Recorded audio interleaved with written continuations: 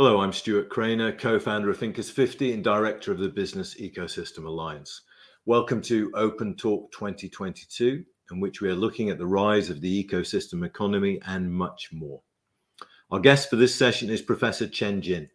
He is a professor in the Department of Innovation, Entrepreneurship and Strategy at Tsinghua SEM. He is also director of the Research Center for Technological Innovation at Tsinghua University.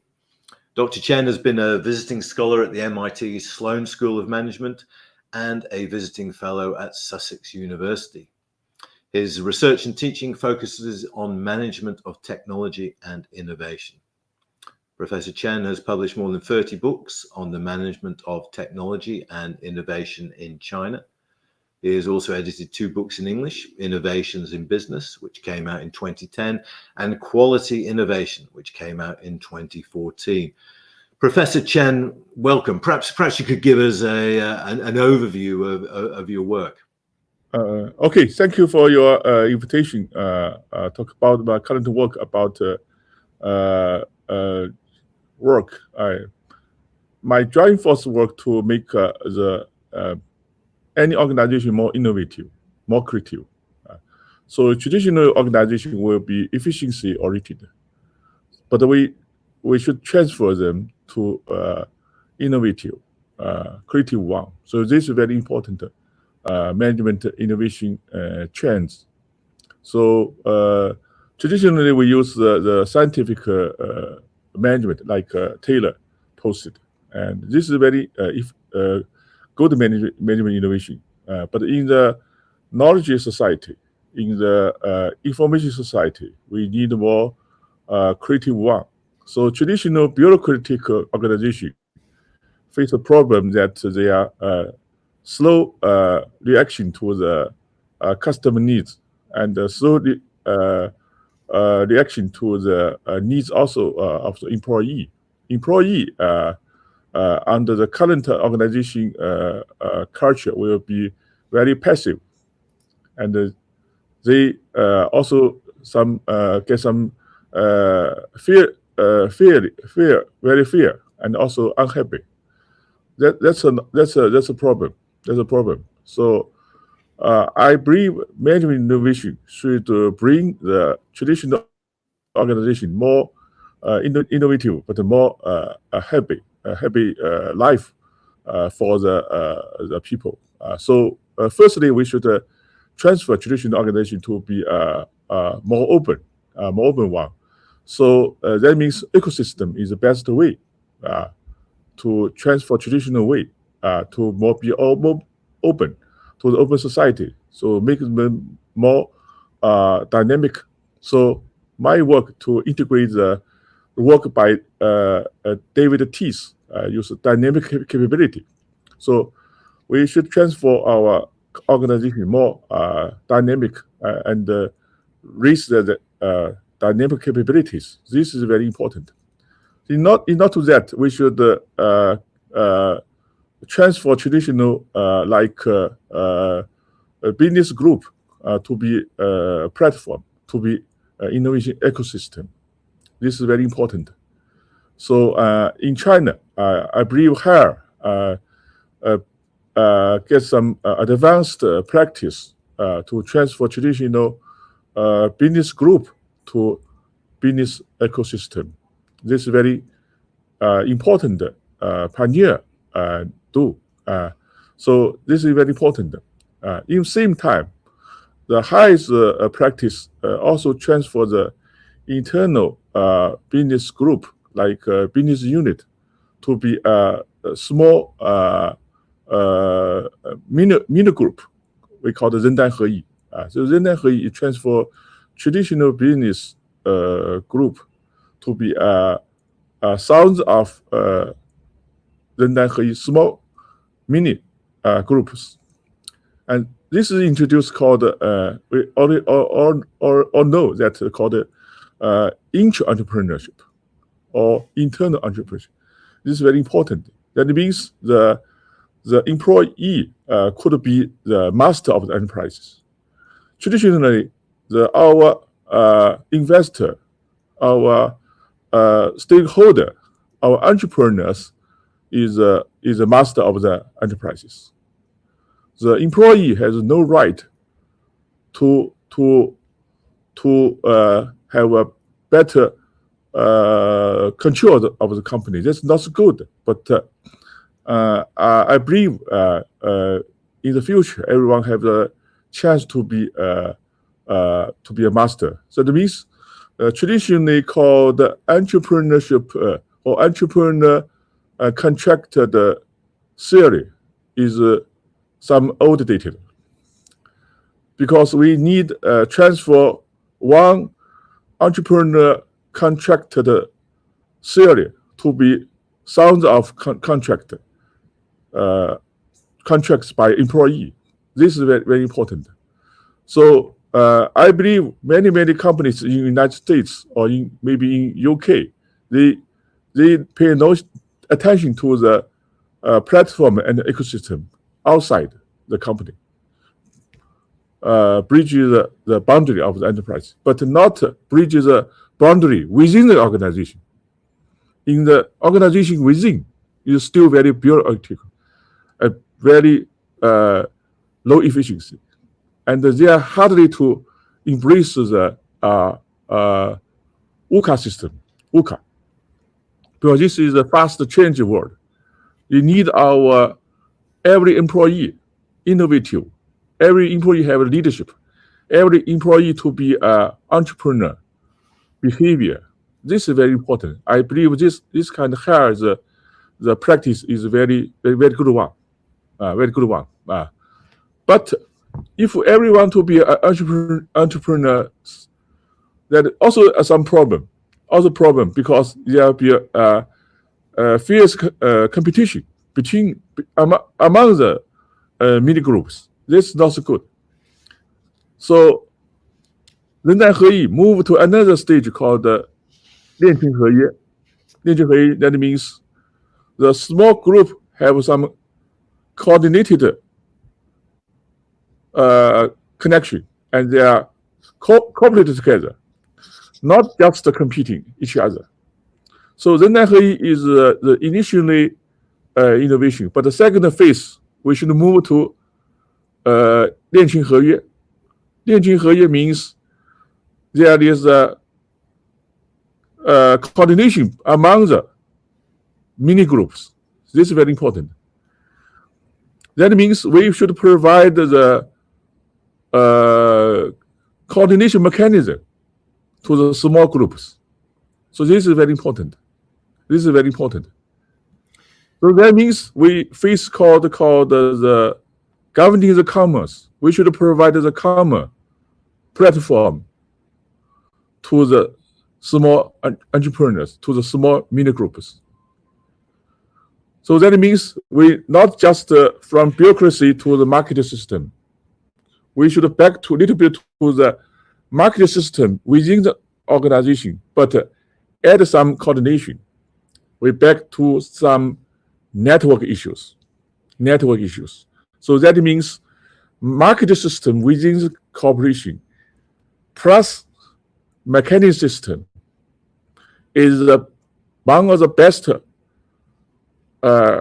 ways to transfer our traditional organization to meet our the threat of VUCA system. This is very important. So that's our work, our research group study in here to summarize a new type of management mode, what we call the RenDanHeYi plus. So that's our work. That's we reach to call the 练群合约. So we just doing this kind of project. Thank you, Professor Chen. That raises a lot of questions. You've covered a lot of ground. I mean, basically, what you're saying, I think, is that this is an entirely new focus of innovation. In the past, innovation in this kind of Silicon Valley model is focused on coming up with sexy products.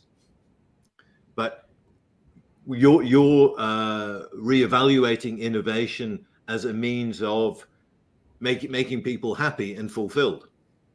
Yeah, sure. Is it, that's correct. That's the way you see it. Yeah, because traditional innovation focuses on technical side.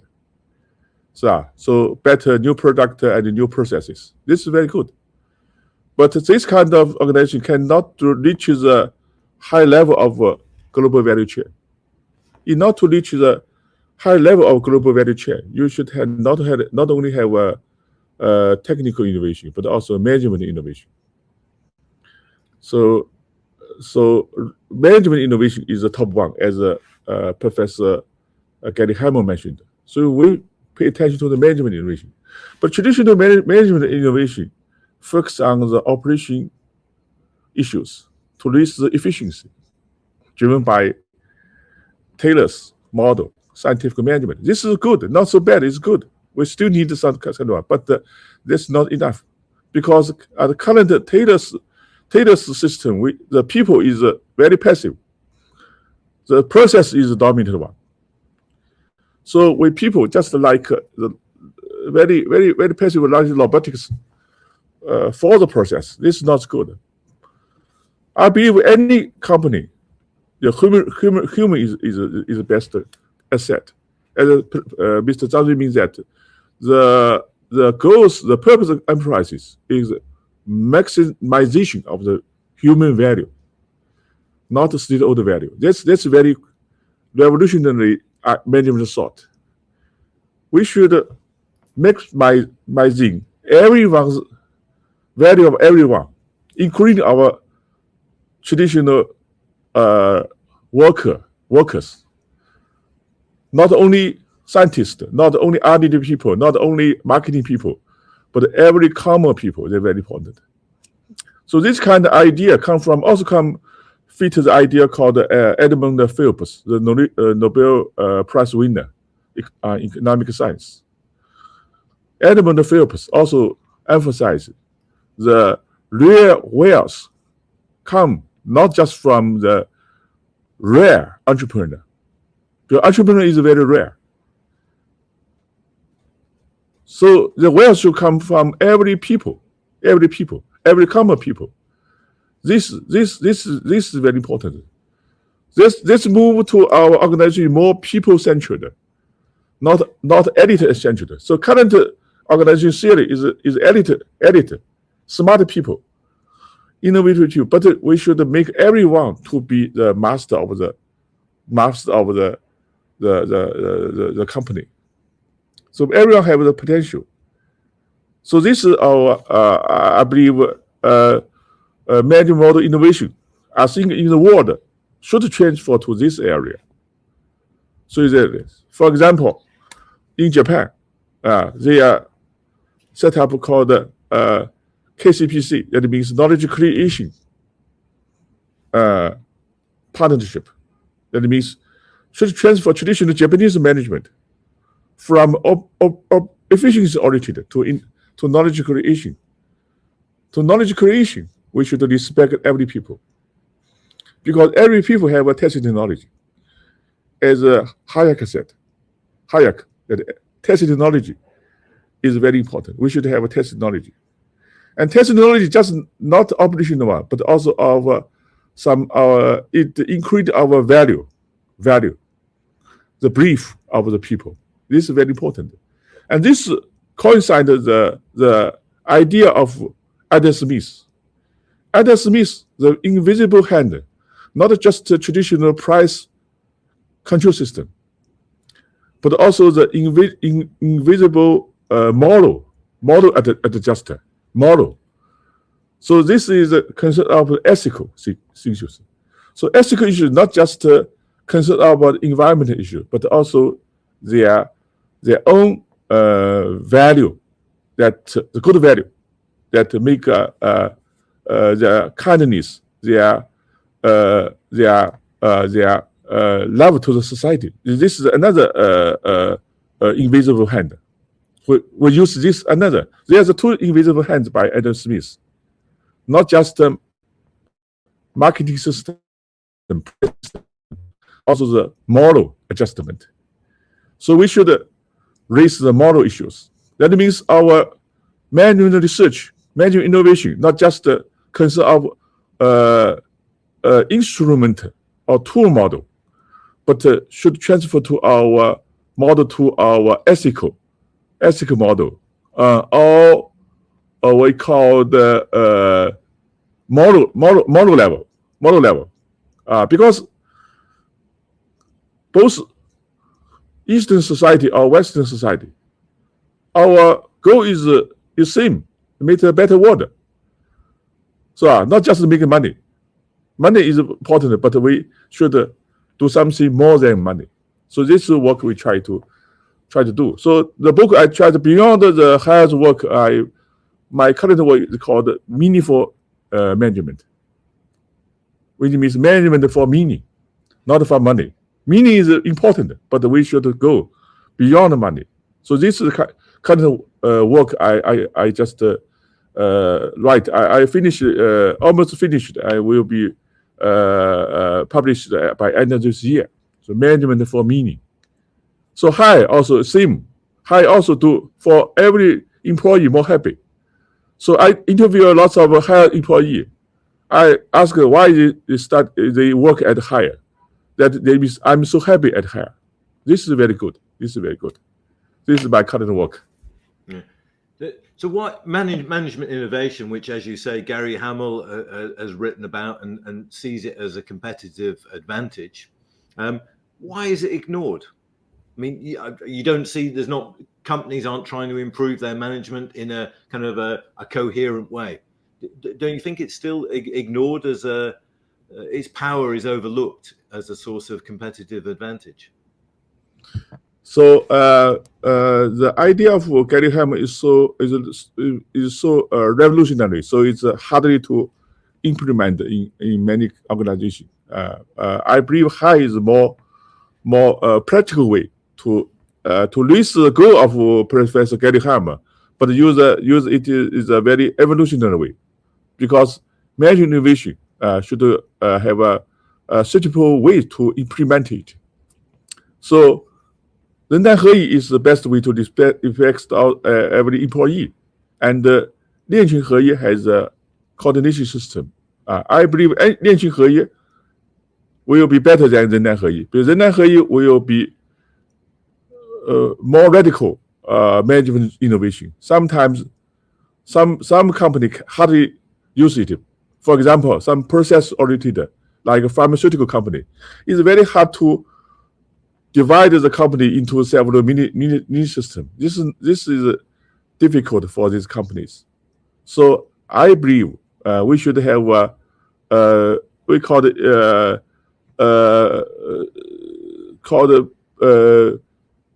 best way, not best is a suitable way to use the management innovation. So I respect the theory of Gary Hamel, but I believe it should be more. He is too revolutionary. I believe sometimes should be evolutionary is a better one. Isn't the danger you were talking about higher the micro enterprises and the introduction of some degree of coordination being necessary? Isn't there a danger in that middle management and hierarchy and control creeps back in? How do you manage that? So this professional should be this middle manager should be very professional and also have a competition. And during the time of informationalization, I think the current management professionals should be more first be more moral and should be more professional. So the problem is HEYi is try to solve the problem how to train the middle manager to be professional and transfer their attitude from control to service. This is very important. If we have a control attitude, the coordination is very hard. If you to be a service and their performance is evaluated by the many groups, then they have changed their service level and their attitude and make their work more suitable for the many groups. So I think you ask a good question. But I think the HEYi is on the way to training the middle manager to transfer to be a supporter of the mini entrepreneur behavior, etc. Frederick Taylor is always interesting, and his legacy. I was talking to Jiang Rui Min, and he gave a very different interpretation of Frederick Taylor.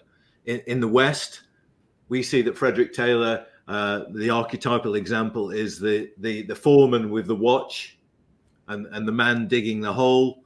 The man digs the hole, the manager watches and says, it took you 10 minutes. So the manager has power. Yeah. Talking to Jiang Rui Min, he said, but we see it differently. We see it that the worker, the man digging the hole, then has the power because he knows how much time. So it's a very different cultural way of looking at something that is kind of assumed in the West and accepted. Is that interpretation correct? That there's a very different Chinese interpretation of Frederick Taylor? Yeah, I believe Zhang Zimin's interpretation is excellent because we should respect. We should observe the things from the user side. So Taylor's side from surprise that our dominant system. This is good, but should be changed in the information society. So because we observation control system mostly. Such kind of work is replaced by robotics. So the workers or the other staffers, the only work they could do is more creative work, not just the routine work.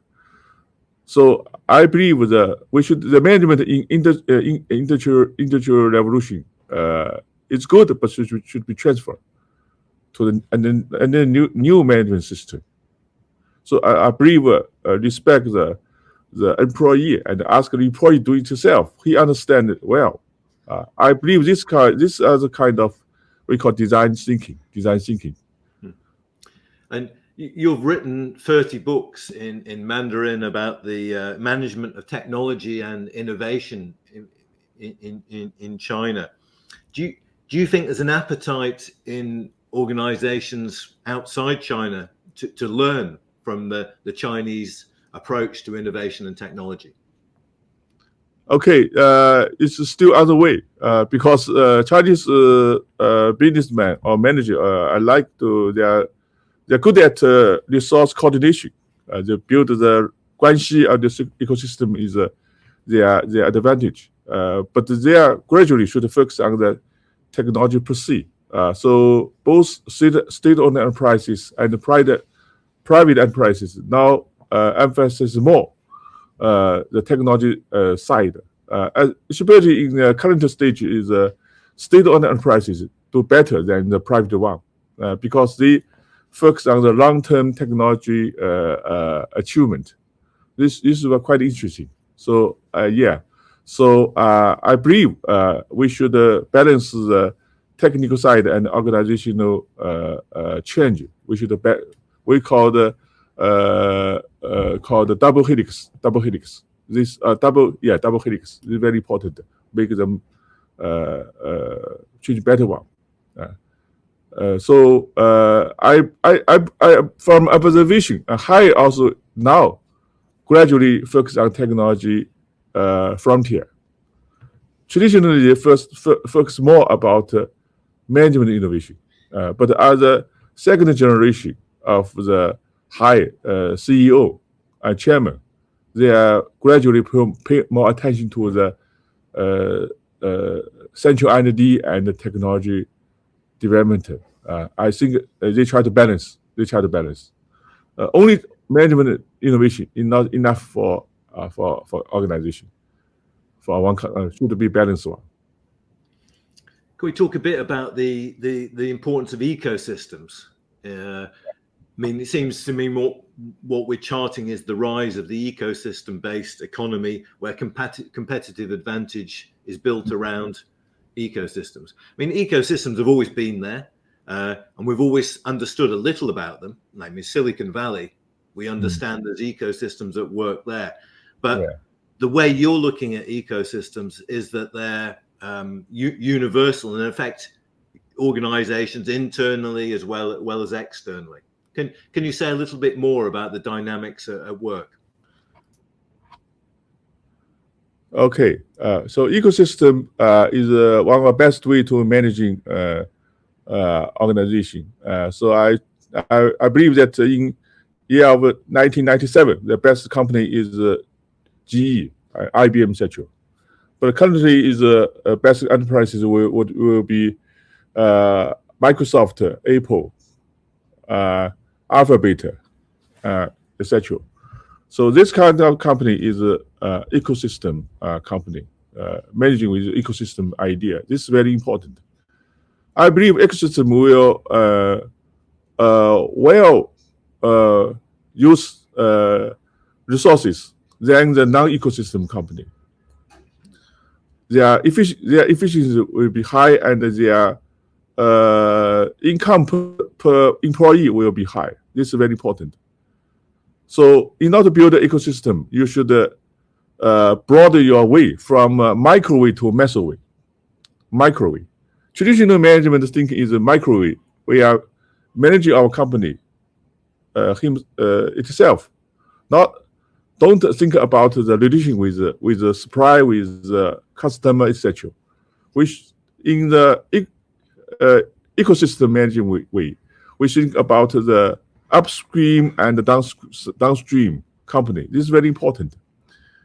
So HEYi is a pioneer to transfer the traditional company to IoT ecosystem. This is very good. So they build a good relation with such like small companies and also including small mini groups, and also with universities, with research institutes, and with foreign companies, etc., with multinational companies, etc. This is very good. This is very good. But we need a more clever way to managing the ecosystem, make them more dynamic, more interactive. This is the next work we should focus to manage the managing of partners, etc.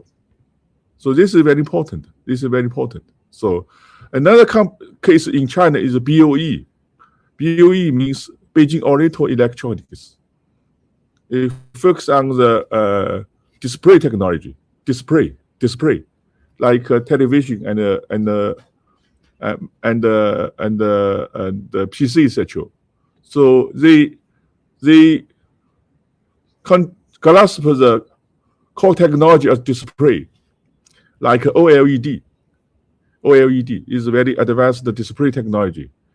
Then transfer their technology to some application area, like with some retail system, with smart car system, with medical system, with display technology. So they consist of 1+4+N ecosystem. One is the core technology, and with four industrial areas, and with multiple cooperators work together. So in China, HEYi and the BOE are best of example to building the ecosystem. I believe in the future they will gradually approaching Microsoft and Alphabet, etc., and Apple, etc. I believe this kind of example show BOE and HEYi will be pioneer of ecosystem building. They build the sound ecosystem alliance. You can observe. I just had an interview with the chairman of the BOE 2 days ago. I believe such kind of example show business ecosystem alliance is very important. But Sorry, Professor. I mean, the pace of change within a company like Hire, its process of continual evolution is incredibly fast. How do you manage that? How do you keep up? And how do you maintain that momentum? Because isn't the danger you're going too fast and it becomes out of control? It's very difficult to manage, isn't it? Yes. So I believe the capability of people's competence is very important. So how change to we call the material based to human based.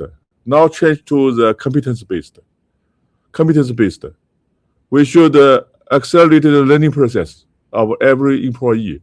Learning is very important. So we should emphasize the skill raising or skill upgrading and the competence. So dynamic compatibility, not just the organization level, but also personal level, people level. We should emphasize the learning process. So then you can see that in China, many companies, they are emphasize the vocational training, not only technical training, but also management training. So there's lots of business works, like your book, the management 1 Central book you wrote, a very good one. So I believe a huge potential to promote the advanced management modes and also management training in China, because they like to learn the advanced management model. So the essence is a learning capability, not just technology, but also management learning is very important. At the same time, I think we need to recognize that the culture within Hire is very challenging. Yes. Because it's moving so fast, it's disruptive. It may be focused on talent and learning, but it's a very the very high standards, and it's a very demanding culture. Yeah, so it changed not only company per se, but also the region per se. So the city of Qingdao is moving so fast. I believe is similar like the Silicon Valley in China, Qingdao, because I just visited Qingdao 1 week, 2 weeks ago, and Qingdao is more dynamic than ever, because Qingdao is a more multicultural city. Is the culture from Germany, from Japan, from the United States, etc. Is more dynamic one. So Qingdao not just running the consumer electronics, but also you can see the high-speed train also assembled in Qingdao. So high-speed train. So Qingdao not just beer, but also consumer electronics, but also high-speed train. So I'm considering write a book about the phenomena of Qingdao.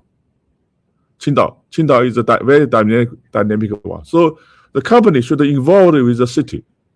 If the city cannot involve, it cannot be innovative. Like in Britain, London is a very dynamic city. So it promotes the company, especially some financial company, more innovative. This you can see the co-evolution of different level ecosystem. So business level ecosystem should involve with the city innovation ecosystem. So Silicon Valley is another good example. And another city is Seattle. Because Seattle, we have a very innovative company like Starbucks, like Boeing, like Microsoft, like lot of things like Amazon, Costa. So I want to write 2 books. One book is about the dynamics of Qingdao. Another book is the dynamics of Seattle, beyond the Silicon Valley. So the city dynamics is very, very important. So the city should be training the creative classes. So I believe the UK advantage is a creative design industry. It's very important. Is a driving force of the city, but also the driving force for the company to evolve. So this we should think a broad way. So not to be a city level, to be a industrial level, not just micro level. So running business is more complex than ever. So the evolution of a company like Hire must work in tandem with the evolution of the geographic area and the evolution of the infrastructure. And if they they're out of sync, I mean, you could say in Silicon Valley that the evolution of the ecosystem hasn't been matched by the evolution of the infrastructure. If anybody who's tried driving around Silicon Valley could tell you that the infrastructure hasn't kept pace. In fact, Qingdao is gradually moved to red island, Hongdao, and also yellow island, Huangdao. So the geography is expanding, and more dynamic, attract very kind of resources, different culture to support our business.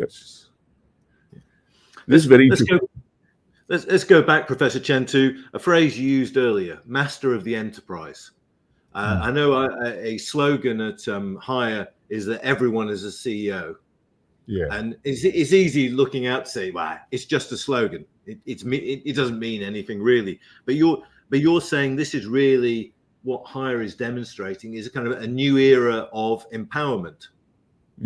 Giving people in a large organization, each individual, the potential to develop within the organization. This is not hard. Is a little bit hard for some companies because it rely on the attitude of the founder, of the chairman. Very important. So the traditional top manager should transfer to be called servant leadership. Servant leader is very important. So Mr. Zhang Renmin that he himself as a role model of servant leadership. This is top of leadership, not authority leadership. Traditionally, manager is an authority manager, very, very strong power, but not provide the resources, provide the climate to make the employee to be a next generation leader. And this makes the company can be sustainable. In order to make any company more sustainable, a leader should training the next generation leader. So Mr. Zhang Renmin's attitude his attitude. He's a wide attitude to training next generation, next employee to be a future leader. This is very important. So he can say that everyone could be employee. In many companies in China, it's hard to implement because there's only one CEO. Everyone should be obey the rule, obey the process. This is not good. So this is a real new democratizing system. We should notice, like the essence attitude. Polos. So every mini group should be a polos in SM, not a bureaucratic one, not an authority one. This should be changed. Do you think the Chinese culture is more comfortable with the idea of servant leadership than the Western culture? It's come to gradually transformed because in Chinese we call in the government we adopt the feudal system, like the Confucius system in government. But in the economic system, we are usually called the Taoist system. Tao is the highest essence is Taoist. So I believe the government is now gradually changed to the servant government, especially in some advanced regions like Zhejiang province, Fujian province, and the Jiangsu province in south of China. The local government now transfer to the servant government. That's great. If the North China use the same the paradigm, I believe the Chinese economy will be much better. So I believe both individual level, company level, and the government level, they try to transfer. Even our party try to serve for the people. This is our motto of the party. So I believe we should implement that. It always strikes me at Higher that the people there seem comfortable with a level of ambiguity. Yeah. And kind of fast changing ambiguity. Whereas in the West, I think I've heard Jiang Ruimin talk about this. The West business is very contractual based.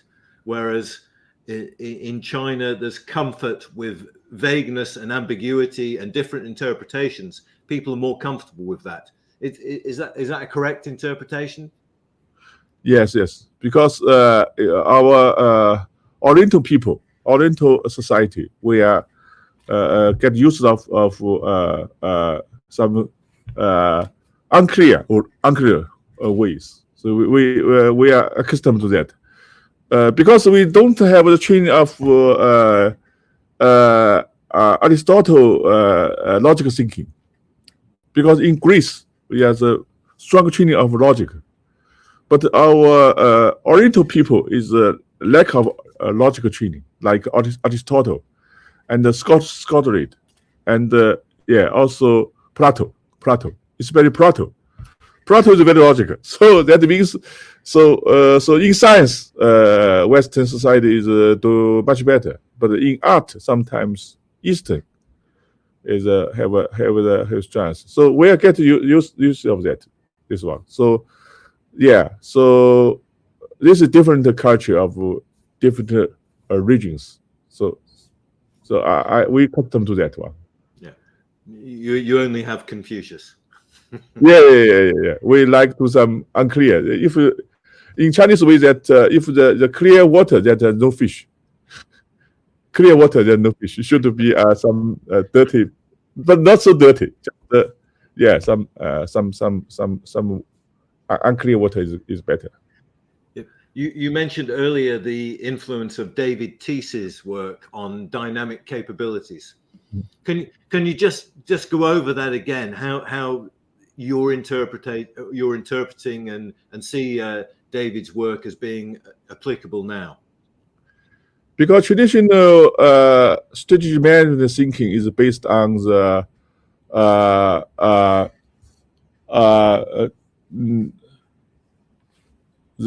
work by I think Harvard professor Harvard professor competitive advantage. You know the professor is a Harvard professor. Michael Porter.